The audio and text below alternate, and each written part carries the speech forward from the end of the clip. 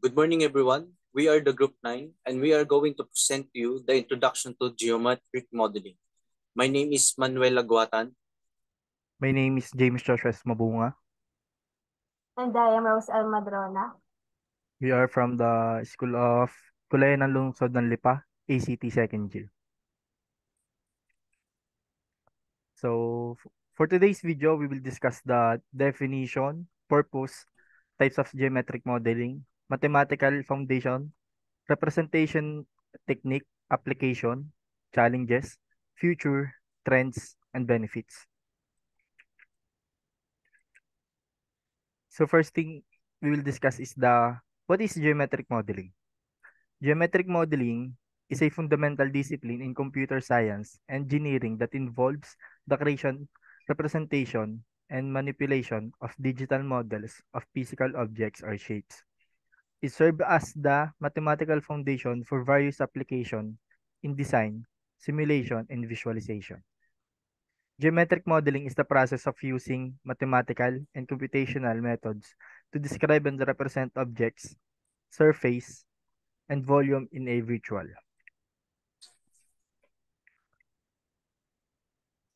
Geometric modeling is a fundamental concept in computer graphics, engineering, and computer-aided design, or CAD. It involves creating digital representation of real-world objects or abstract shapes using mathematical equation and algorithms. Geometric modeling serves various purposes, including visualization, simulation, and manufacturing. So sa geometric modeling ay meron tayong two types of geometric modeling, which is the implicit modeling. In this approach, objects are represented by mathematical equation or function. Common types include parametric curves, surfaces, where you define an equation that generates the shape. Implicit models are useful for representing smooth continuous surfaces. So meron picture, ito, hindi lang uli makita. Wala. Pero yun ay, sa implicit modeling ay, mas napapa-enhance pa niya yung mga ginagawa natin. Sa pangalawa naman ay explicit modeling.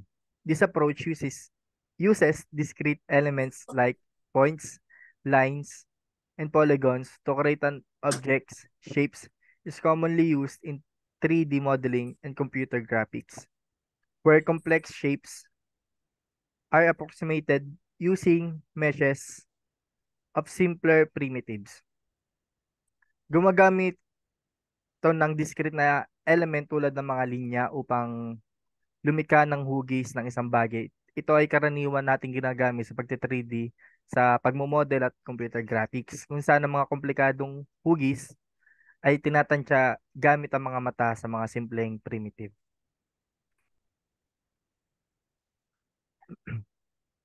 So ito naman yung purpose ng geometric modeling. The purpose of geometric modeling is to create precise mathematical representation of objects and environments in digital form, serving as a foundational tool for design, simulation, visualization, and analysis across various fields and industries. It enables accurate portrayal, manipulation, and study of complex shapes, structures, and phenomena, and enhancing creativity, efficiency, and decision-making in areas such as engineering, architecture, computer graphics, scientific research, and virtual reality.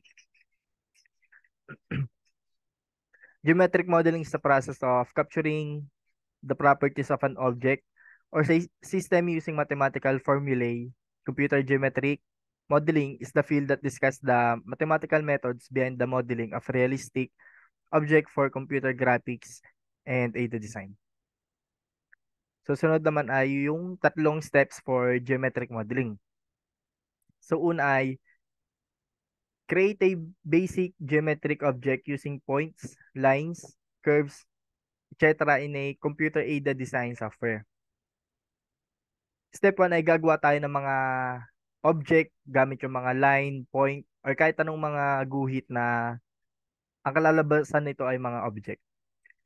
So step 2 naman ay transform geometric elements as desired using scaling, rotation, translation.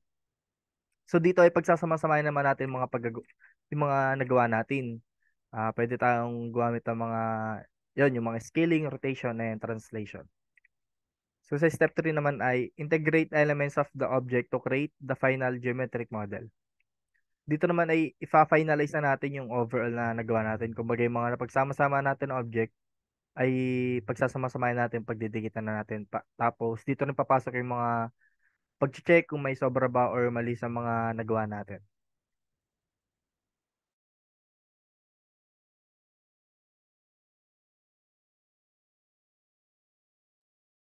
Types of geometric modeling.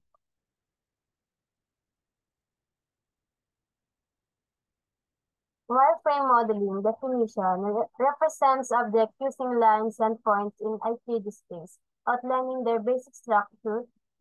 Uses is primarily for visualizing and conceptualizing objects, skeletal framework, often in the early stages of design. Ang framework modeling ay isang paraan sa pagre-represent ng mga 3D objects sa pamagitan ng paggamit ng mga linya at mga symbols. Ito ay ginagamit upang ipakita ang mga polygon, mga lines, at mga vertex o yung mga sulok ng isang 3D objects. Hindi ito binibigyan ng anyo ng kulay. Pinapakita nito ang basic na infrastructure ng isang 3D model. Sa wireframe modeling, ang bawat linya ay kumakatawan sa mga edge o gilid sa isang 3D object. Pinapakita nito ang pagkakasunod-sunod ng mga vertex at pagkakakonekta ng mga ito upang bumuo ng mga edge.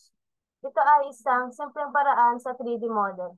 Ginagamit ito sa mga simbahan at disenyo ng mga produkto.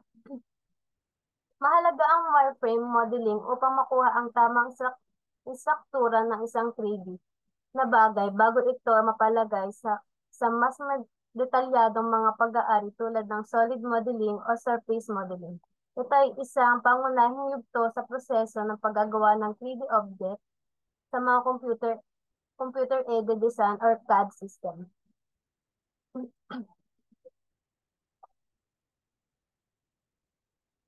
The Bezier curves are parametric curves commonly used in graphic design. Curve order equal to the total point minus 1, figure 1, figure 1. Bezier curves are always confined in the convex hull of control points. Ang Bezier curves ay isang uri ng kurba or path na ginagamit upang gawing smooth at kontrolado ang mga shape o anyo ng mga bagay sa digital na disenyo. Ito ay madalas gamitin sa mga computer-aided design or CAD at graphics design. Ang Bezier curve ay binubuo ng 4 na mga control points. Ang starting point ay PO, ending point ay P3 at dalawang intermediate point P1 at P2. Ang kurba ay na-determine mula sa paglilipat ng mga control points na ito.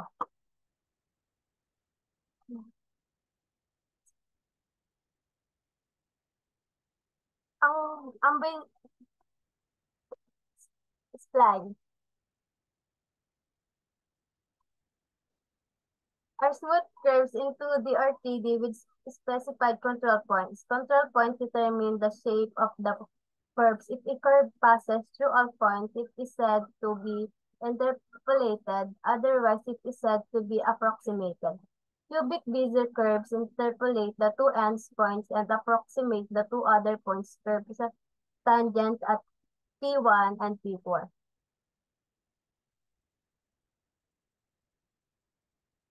Ang spline ay isang uri ng kurba o path na ginagamit upang gawing smooth at kontrolado ang mga shape o anyo ng mga bagay sa digital na disenyo. Ito ay isang mas flexible at mas malawak na klase ng kurba kaysa sa mga Bezier curve. Ang spline ay binubuo ng isang serye ng mga control points or vertices na nakaugma ng maayos upang magkabuo ng smooth na curve o anyo. Ito ay nagbibigay daan sa mga designer o artist na malikha na mas komplikadong mga shape o mga kurba na hindi ganoong limitado ang ilang control points tulad ng mga Bezier curves. Meron ng iba't ibang uri ng splines tulad ng B-spline, NURBS o Non-Uniform Rational B-spline na may kanilang mga katangian at magkakaugma sa control points. Ang mga spline ay madalas ginagamit sa mga aplikasyon tulad ng computer-aided design or CAD animation at 3D modeling upang gawing maganda at detalyado ang mga disenyo. Ang spline ay isang uri ng kurba or path na geometric modeling na nagbibigay daan sa mga disenyo na makalikha ng mas magandang disenyo.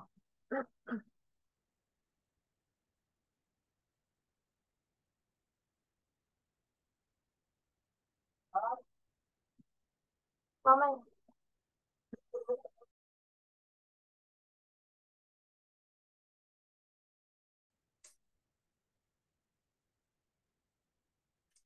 Surface modeling. Definition. Focuses on defining the surfaces of 3D objects using mathematical representations such as parametric surfaces and NURBS, non-uniform rational B-splines. Use. Ideal for creating smooth and curvaceous shapes commonly used in industrial design and automotive styling.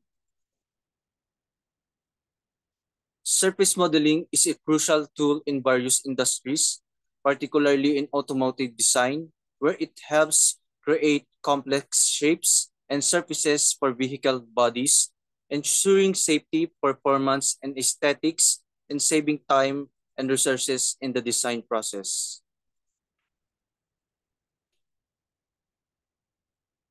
Next slide. Surface modeling is a set of faces. Surface modeling only stores the geometry. As we can see in the figure, it is a type of surfaces, analytical surfaces, and sculptured surfaces. An analytical surfaces in geometry refers to a surface that can be precisely defined using mathematical equations. These surfaces are typically described as using explicit mathematical formulas that allow for exact representation and computation. Analytical surfaces are crucial in various fields, including computer-aided design, which we call CAD, engineering, and mathematics. And a curved or sculptured surfaces refers to a three-dimensional, which means it is a 3D surface that is not defined by a single simple mathematical equation like a plane or a sphere. Instead, these surfaces are typically complex and may require a combination of mathematical equation, parametric representations, or data points to describe their shape accurately.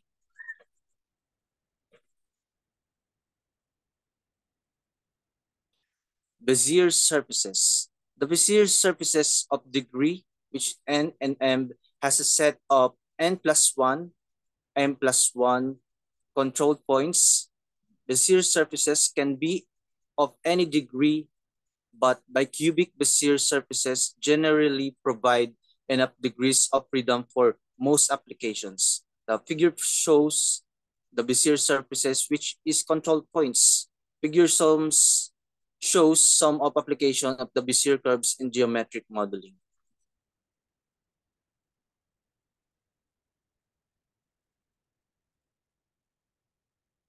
A Bezier curve is defined by a set of control points, typically 2 or more. The curve starts at the first control point and at the last control point, and it is influenced by the positions of the intermediate control points. The degree of Bezier curve depends on the number of control points, with quadratic degree 2, cubic degree 3, and a higher degree Bezier curves and being common. And here are a few examples where Bezier curve use. A Bezier curve is a mathematical curve that is defined by a set of control points. It is widely used in computer graphics, computer design, which we call CAD, and other fields for creating smooth aesthetically, which means maganda, pleasing curves and shapes. Here's the definition and overview of their use. 1. Computer graphics. Bezier curves are extensively used in computer graphics to create the curves and shapes.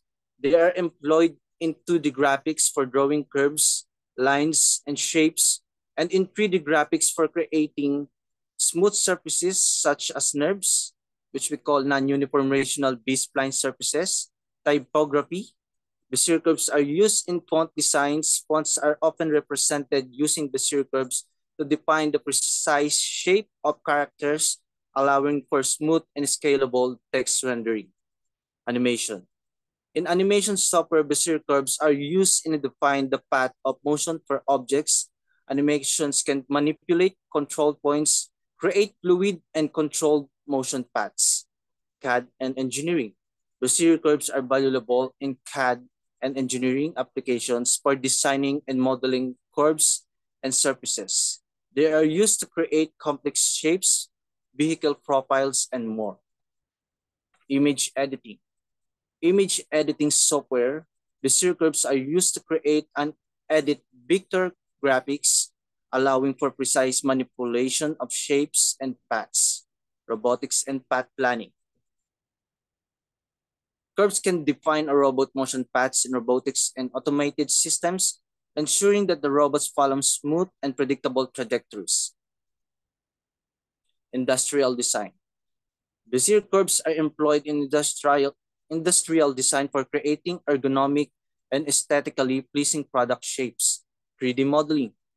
Bezier curves play a role in defining curves and profiles in 3D modeling software, which is useful in architectural design, product design, and more.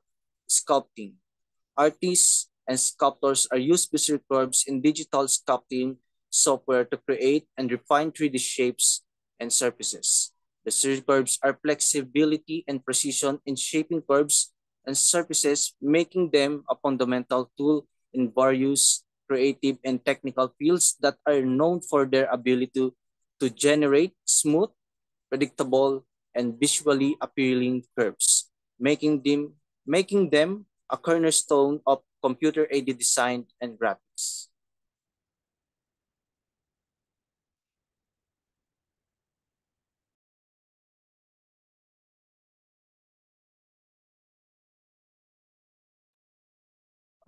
Solid modeling. Definition. Describe objects as 3D solids with well-defined boundaries, volumes, and surfaces. It includes information about the interior of object. Use. Essentially engineering and manufacturing for creating precise models of physical objects, aiding in simulation and machining.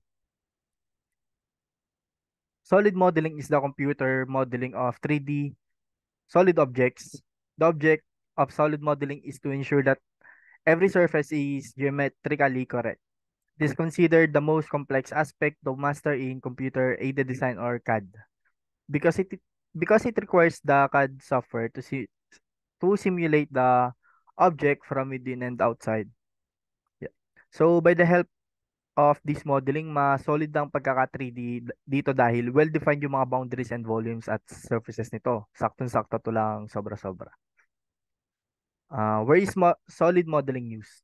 The use of solid modeling is widely used in product development process, but the solid modeling is largely associated with surface generation process, either in the form of sketch and sweep, extrusion process, and featured addition or removal. Solid modeling stores both geometry and topology information of the object. Some predefined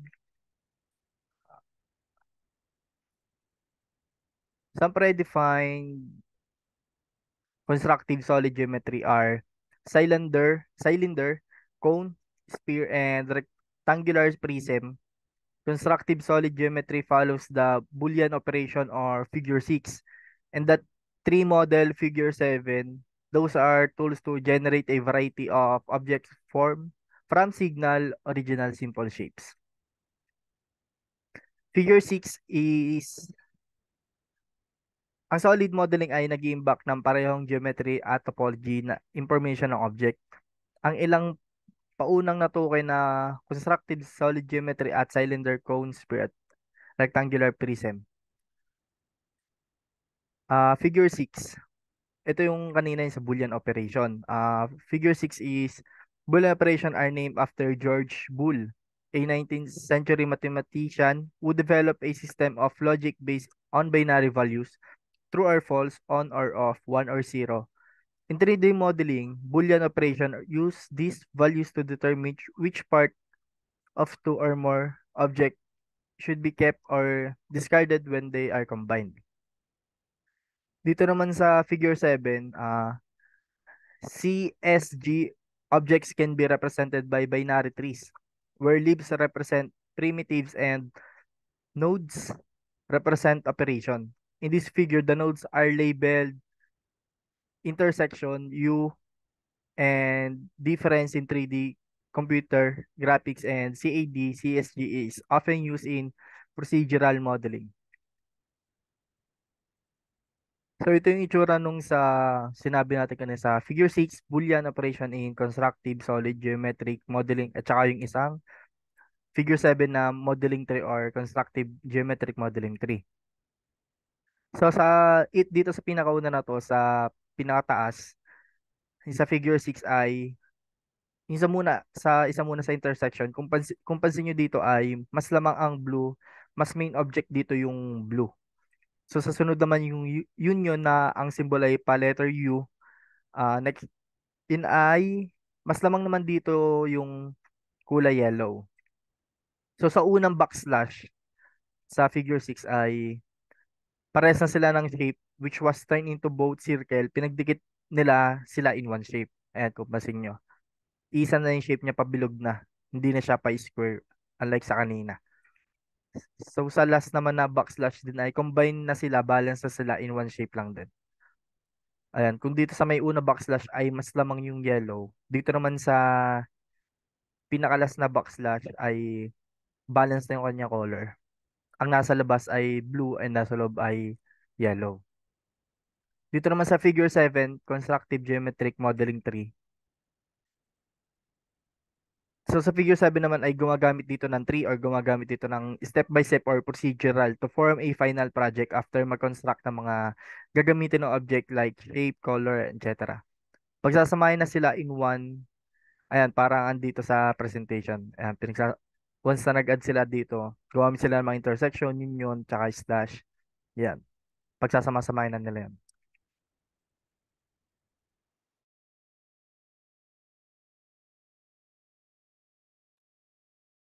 Parametric modeling employs mathematical parameters and equations to define and control object shapes, facilitating easy modification and parametric design. It is widely used in CAD system for designing products with adjustable features. Ang parametric modeling ay isang pamamaraan ng paglikha at pagre-represent ng mga bagay o anyo gamit ang mga parameter or variables. Ito ay isang mahalagang konsepto sa CAD at 3D modeling. Sa parametric modeling, ang mga parameter ay mga numerikong mahalaga o mga variable na nagdi-describe ng mga katangian ng isang 3D na model. Ito ay maaaring magtakda ng mga sukat, haba, lapad, kakayahan at pagsuot o anumang iba pa ang mga aspeto ng mga isang disenyo.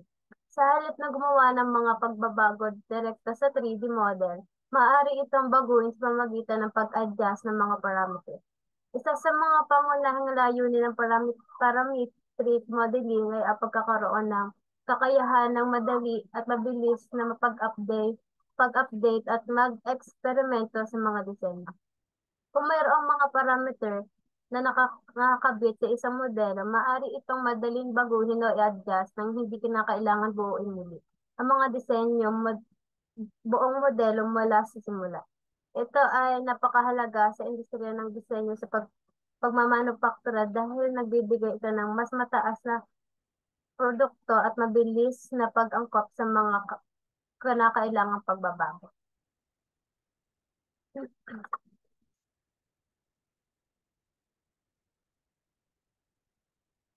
Boundary representation represents objects by specifying their boundaries and topology, including edge, faces, and vertices.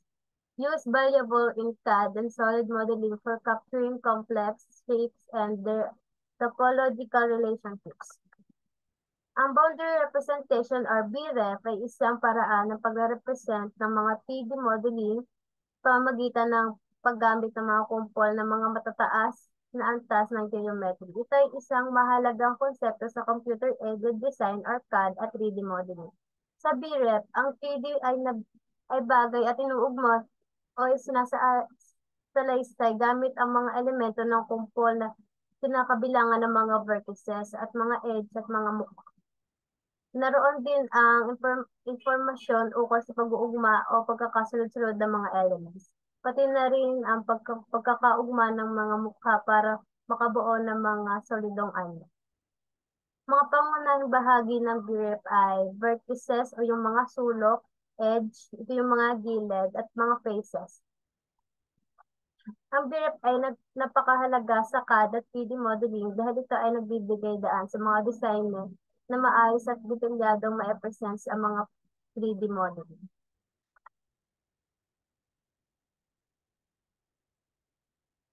Constructive solid geometry builds complex objects by combining simple geometric primitives, cubes, cylinders using Boolean operations.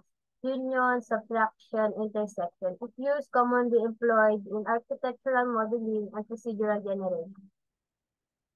Ang constructive solid geometry o CSG ay isang pamaraan ng pagbuo ng mga 3D modeling sa pamamagitan ng paggamit ng mga pangunahing geometric na operation tulad ng pag-ikot, pagkurong, pagtatagpo at pagtatanggal. Ito ay isang mahalagang konsepto sa CAD at 3D modeling.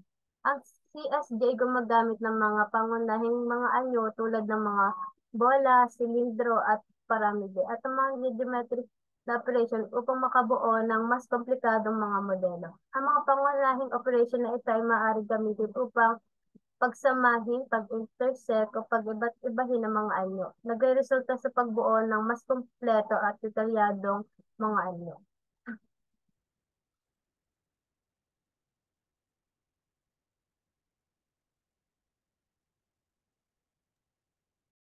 Mesh modeling. Definition. Represents 3D objects as a collection of interconnected vertices, edges, and faces forming a mesh. Use.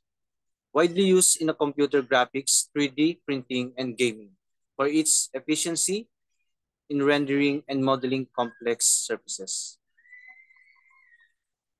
Mesh modeling is a foundational technique in computer graphics, computer-aided design, which we call CAD, and various scientific disciplines. It enables the representation of complex 3D objects by approximating their surfaces with interconnected polygons, offering a versatile tool for visualizing, designing, and simulating real-world objects and phenomena. We're giving a new examples of mesh modeling useful. 3D computer graphics, computer-aided design and product design, architectural visualization, 3D printing, medical imaging, simulation and scientific modeling, art and animation, terrain modeling, virtual reality, and augmented reality.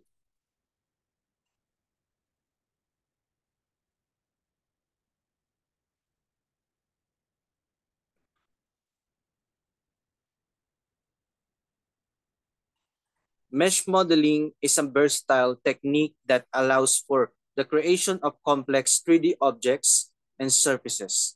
While it excels at representing detailed and organic shapes, it may require additional work to achieve precise engineering tolerances compared to parametric or analytical modeling techniques, which is this technique is more useful than parametric or analytical modeling techniques.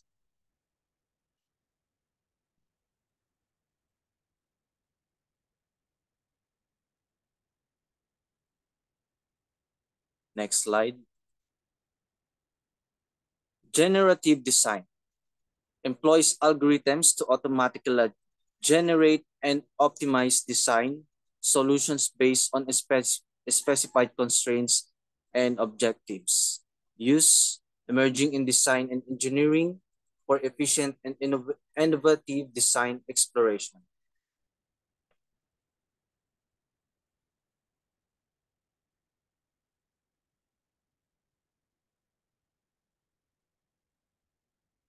It is also known as a point cloud modeling or cloud processing involves working with sets of 3D data, points captured from real world. These points represent surfaces, objects, and 3D in space. These are the few examples of the generative design, which cause the animations in animation software are used to define the path of motion for objects. They are able to manipulate the control points and control motion paths.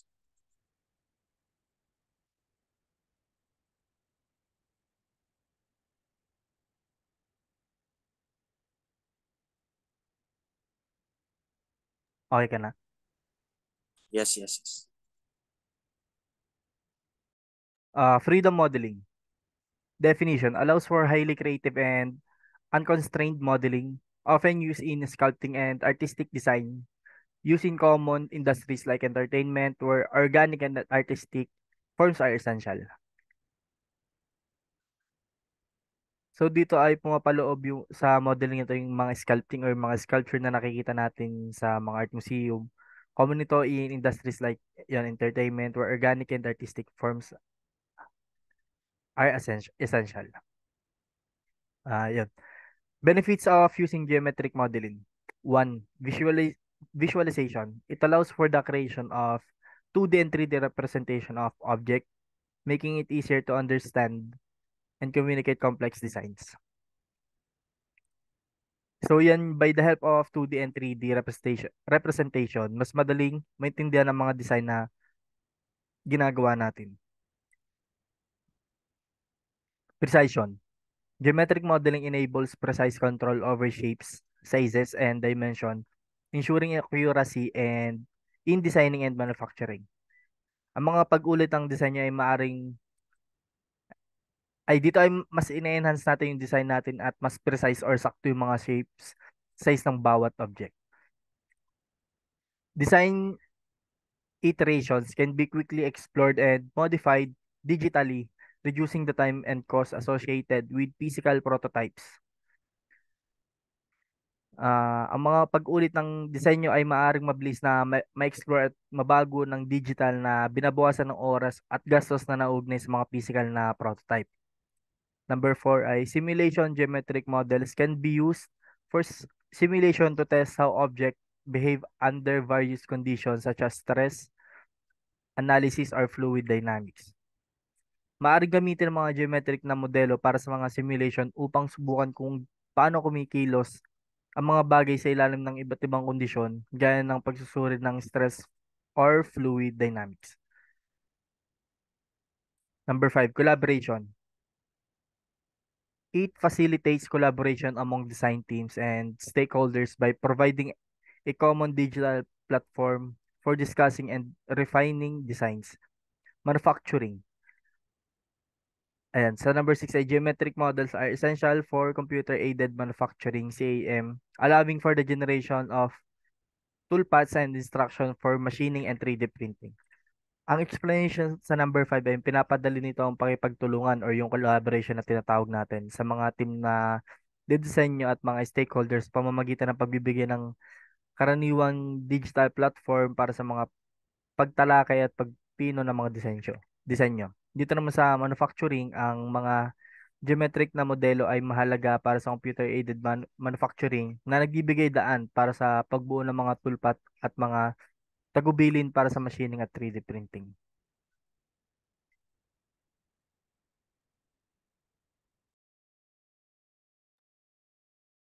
And these are the applications that we can use in geometric modeling. Number 1 is computer-aided design or CAD, manufacturing and animation and entertainment, and also the virtual reality or VR and augmented reality AR. Architecture and construction, graphic information system or GIS, art and sculpture and education.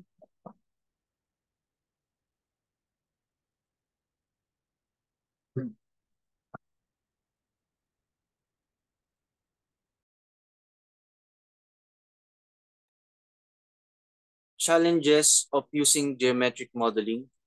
Complex geometry representation, accurately representing Complex and intricate shapes can be challenging as often requires large amounts of data and computational resources. Data size and storage. Geometric models can produce massive data sets leading to challenges in storage, transmission, and processing efficiency.